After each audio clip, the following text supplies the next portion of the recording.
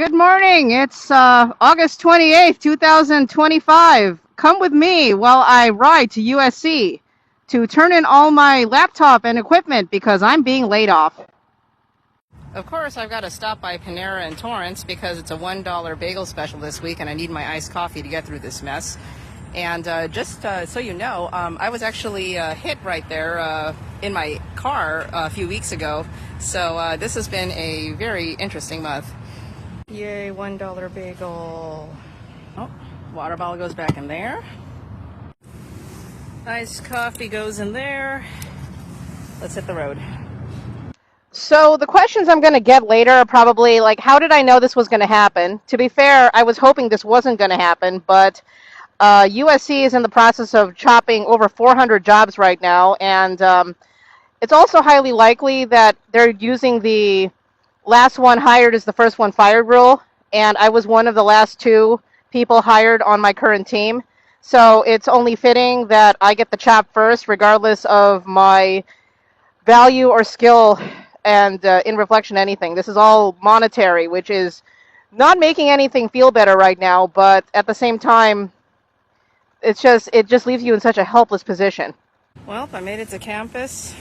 Parked in this spot for the last time, right in front of engineering, and still got my coffee. Gonna be drinking that on the way to Bridge Hall. The sheer irony that this is what greets me as I come here for my last day. And this is the beginning of the end. And more than 20 years ago, I was in this building maintaining all of the AV equipment and computers for closing time. Walking back to my motorcycle now after having coffee with a friend, in solidarity.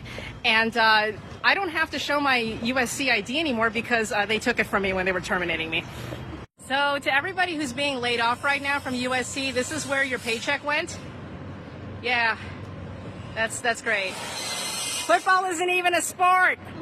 So yeah, that's basically it.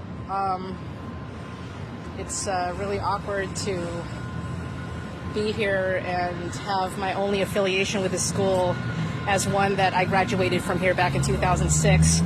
I'm still beside myself right now, and it's still very raw to process. And the only thing I can do now is move forward and know that I have at least 2 months of paid vacation at this point. They're basically paying me to do absolutely nothing for the next 60 days. So at this point, if you know anybody who's looking for an instructional designer or a technologist or anything that, if you've known me long enough that you know that I'm capable of doing, I would love to hear from you. Or even just to say hi. I have to say, yeah, sure, am I bitter that this all happened a little bit, but I also have to remember that it was the generosity and the acknowledgement of a friend who I went to grad school with, which is the main reason why I got this job in the first place. So I am very grateful for that. But the show must go on. As you know, this is not the only job that I do. And 1 o'clock, I'm heading to Long Beach to teach because that's what I do. I'm always a teacher. I'm always a technologist. I'm always everything that everybody wishes they had. So you know what? It is what it is, but we're going to get through it, right? We all get through it. It's a really awkward time, and we're all going to have awkward times in our lives. But I've learned from the many places that I've been dismissed from is that it's not a reflection of who you are as a person or what you can contribute and what you're worth. It's unfortunately when your need and the numbers don't match, they have to do the ugly chops, and unfortunately today was the ugly chop.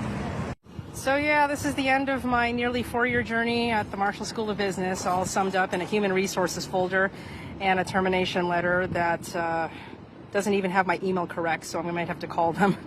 But I'm back where I belong, and nowhere to go but up.